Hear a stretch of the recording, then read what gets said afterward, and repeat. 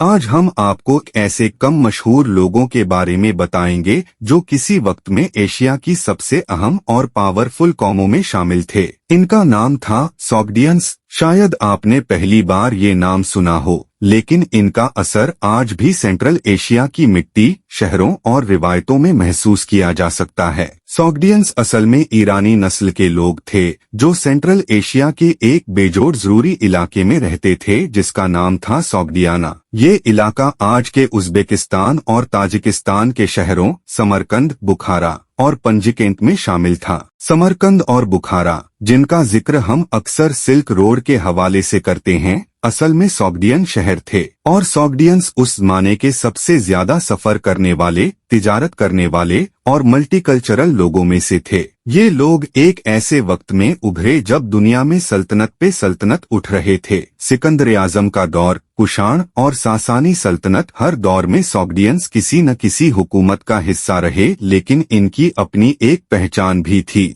ये सिर्फ एक कौम नहीं बल्कि एक तहजीब थे। इनकी ज़बान सॉग्डियन एक ईरानी ज़बान थी और लिखाई का अपना निज़ाम भी था जो बाद में चीन में भी इस्तेमाल होने लगा। सॉग्डियंस सिल्क रोड के असली मास्टर थे। ये लोग चीन से लेकर रोम तक तिजारत करते थे। इनकी कारवां में हर चीज होती थी, रेशम, खुशबुएं, जवाहरात और सबसे बढ़कर आइडियाज। सॉग्डियंस ने बुद्धिज्म, ईसाईयत और ज़रथोश्त जैसे मजहबों को ईस्ट और वेस्ट के दरमियान फैलाया। ये लोग सिर्फ माल नहीं, सोच भी लेकर चलते थे, लेकिन हर बढ़ती हुई कुव्वत को एक दिन गिरना होता है। 7वीं सदी के बाद जब अरब मुसलमान फौजें सेंट्रल एशिया पहुंची तो सॉग्डियंस का सबसे पहला इम्तिहान शुरू हुआ। मुस्लिम आर्मी ने जब ट्रांस्क्सियाना, जो कि सॉग्डियाना का हिस्सा था, का कंट्रोल अपने हाथ में लिया तो सॉग्डियंस ने शिद्दत से मुकाबला किया। इनका लीडर था दिवाश्तिच, जो पंजिकेंट में आखिर तक लड़ता रहा,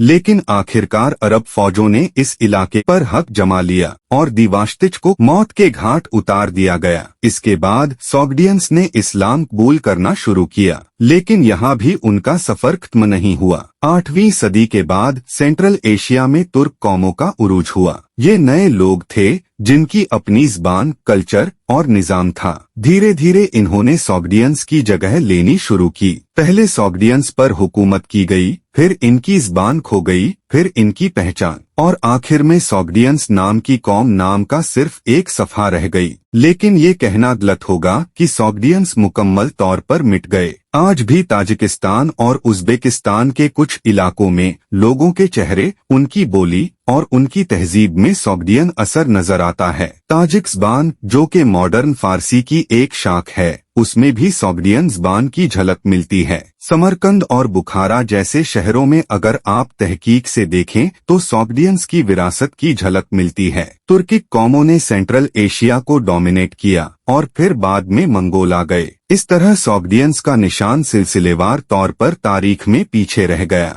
आज सॉग्डियंस को याद करना इसलिए जरूरी है क्योंकि ये लोग दुनिया के दो बहुत बड़े तहजीबों, मशरिक और मगरिब के दरमियान एक पुल थे। इन्होंने न सिर्फ तिजारत की बल्कि कल्चर और मजहब का तबादला भी किया। ये लोग सफर करके दुनिया को करीब लाते थे। आज के ग्लोबल जमाने में जब लोग अपनी जड़ों से कट रहे हैं, सॉग्डियंस जैसे लोग हमें याद दिलाते हैं कि असली कुव्वत माल में नहीं बल्कि तालीम, रवादारी और तफक्कुर में होती है। तो दोस्तों, अगली दफा जब आप समरकंद का नाम सुने या सिल्क रोड का जिक्र हो तो याद रखना कि कहानी सिर्फ बादशाहों और जंगों की नहीं बल्कि उन बेनाम लोगों की भी है जो कारवां लेकर शहरों से गुजरे और अपनी सोच दुनिया में छोड़ गए। अगर आपको ये कहानी पसंद आई हो तो लाइक, शेयर और सब्सक्राइब जरूर करें और कमेंट में लिखिए क्या आप पहली बार सॉग्डियंस का नाम सुन रहे थे। मिलते हैं अगले वीडियो में एक नए सफर के साथ। खुदा हाफिज।